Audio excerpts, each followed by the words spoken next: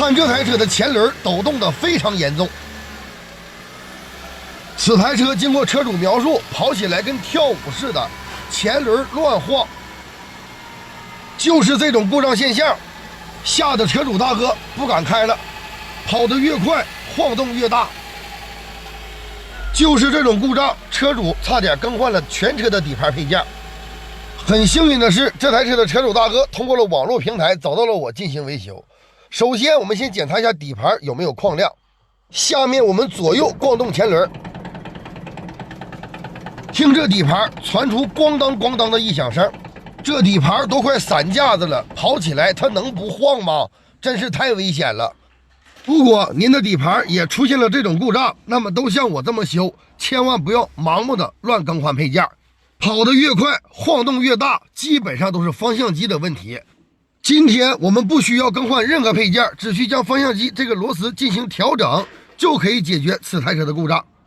很多的车辆方向机上都有这个调整螺丝，我们一定要注意这个螺丝怎么调。今天我来教大家如何正确调整。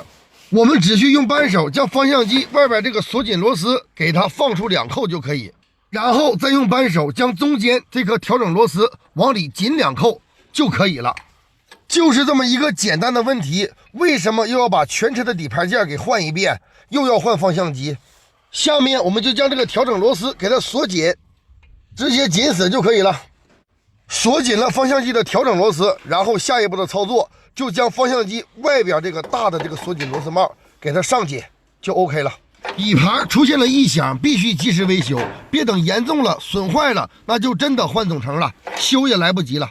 下面我们就咣动前轮，来看一下底盘还有没有异响了。咣动，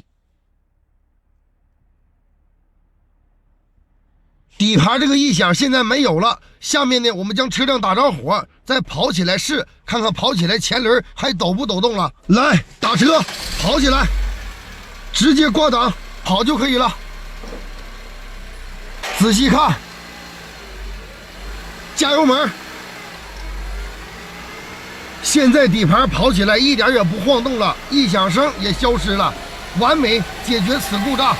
看到这里的老铁们，我这种维修的方法你们看了满意吗？